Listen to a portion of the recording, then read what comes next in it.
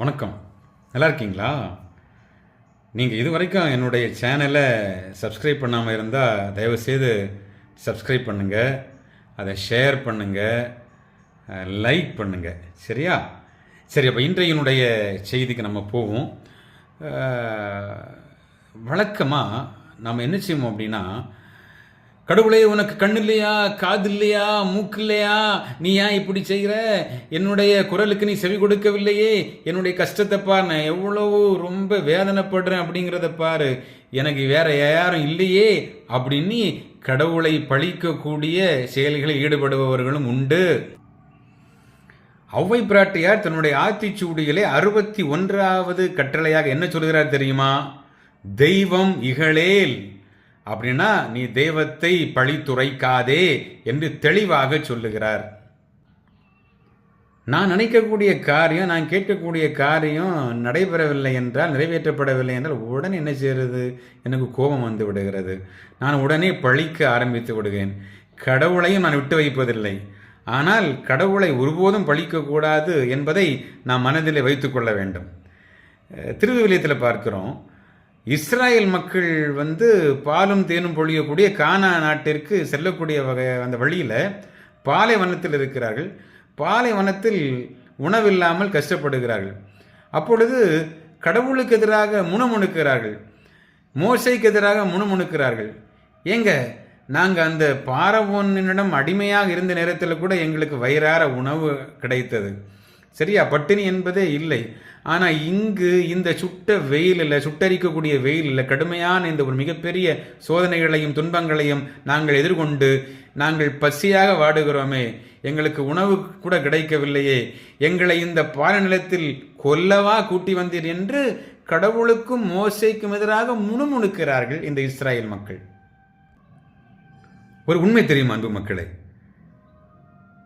கானா நாட்டுக்கு செல்வதற்கு எகிப்திலிருந்து மொத்தமே 11 நாட்கள் தான் ஆகும் என்று விவிலிய வல்லுநர்கள் சொல்லுகிறார்கள். மொத்தமே 11 நாட்கள்.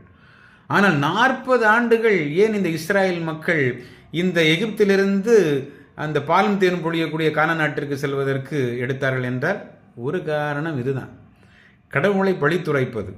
கடவுளுடைய வழி என்பது நிச்சயமாக நன்றாகத்தான் இருக்கும். நம்மை அவர் ஆசிர்வதிப்பார்.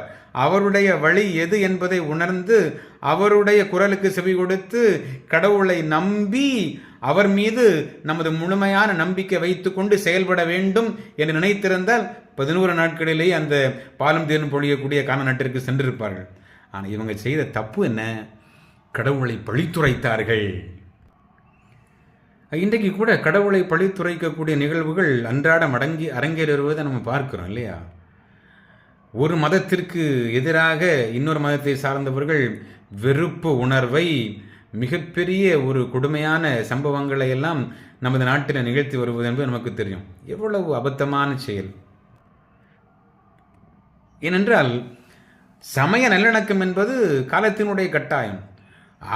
அவருடைய மதத்தை, அவரவருடைய கடவுளை தொழுவது என்பது அவரவருடைய உரிமை. எனவே மதச்சார்பற்ற இந்திய நாட்டில் வாழக்கூடிய ஒவ்வொருவருமே அவரவருக்கு விரும்பக்கூடிய கடவுளை தொழுவது என்பது அது தனிப்பட்ட சுதந்திரத்தை உள்ளடக்கியது, சார்ந்தது. எனவே அதன் மீது யாருமே கேள்வி கேட்கவே முடியாது. ஏன், எப்போ கேள்வி கேட்கணும்னா, என்னுடைய தனி மனித சுதந்திரத்தை, நான் என்னுடைய கடவுளை வழிபடுவதை இன்னொருவர் தடுக்கின்ற பொழுது, அதற்கு இடையூறு வருகின்ற பொழுதுதான் பிரச்சனை வருகிறது. எனவே நாம் நடத்தக்கூடிய ஒவ்வொரு விழாவிலும், எனவே சமய நல்லிணக்க விழாக்கள் அதிகப்படுத்தப்பட வேண்டும். அது ஒரு இந்து விழாவாக இருக்கலாம், கிறிஸ்தவ விழாவாக இருக்கலாம், முஸ்லீம் விழாவாக இருக்கலாம். இந்த விழாக்களிலே மற்ற மதத்தினரும் சேர்ந்து கொண்டாடக்கூடிய வகையிலே, அல்லது மற்ற மதத்தினுடைய தலைவர்கள் அல்லது முக்கியமானவர்களை அழைத்து அவர்கள் தங்களுடைய மதத்தினுடைய உண்மையான போதனைகளை, எல்லாருக்கும் பயன் தக்கக்கூடிய போதனைகளை அறிவிப்பது என்பது காலத்தினுடைய கட்டாயமாக இருக்கிறது.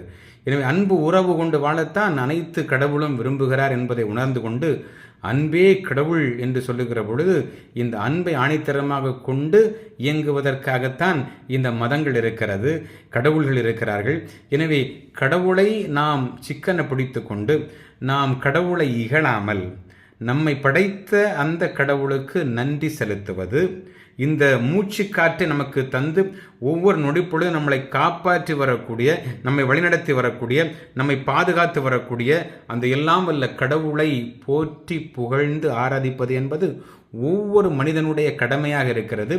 அதை நாம் சகோதர மனப்பான்மையோடு பிறருக்கு எந்த விதமான இடையூறும் இல்லாமல் நாம் செய்வோம். நமது கடவுளை நாம் போற்றுவோம், நமது கடவுளுக்கு நன்றி செலுத்துவோம். நமது கடவுள் எல்லா நிலைகளிலும் நம்மோடு இருக்கிறார் என்பதை உணர்ந்து அவர் மீது உள்ள நம்பிக்கையிலே இன்னும் ஆளப்பட்டவர்களாய் வாழ முற்படுவோம், முயற்சி செய்வோம். எனவே நாம் அனைவருமே இறைவனை துதிக்கக்கூடியவர்களாக வாழுகிற பொழுது மற்றவர்களையும் அன்பு செய்யக்கூடியவர்களாக வாழ்வோம் என்கிற அந்த மனநிலையோடு, அந்த எண்ணத்தோடு இன்றைய நாளை துவங்குவோம்.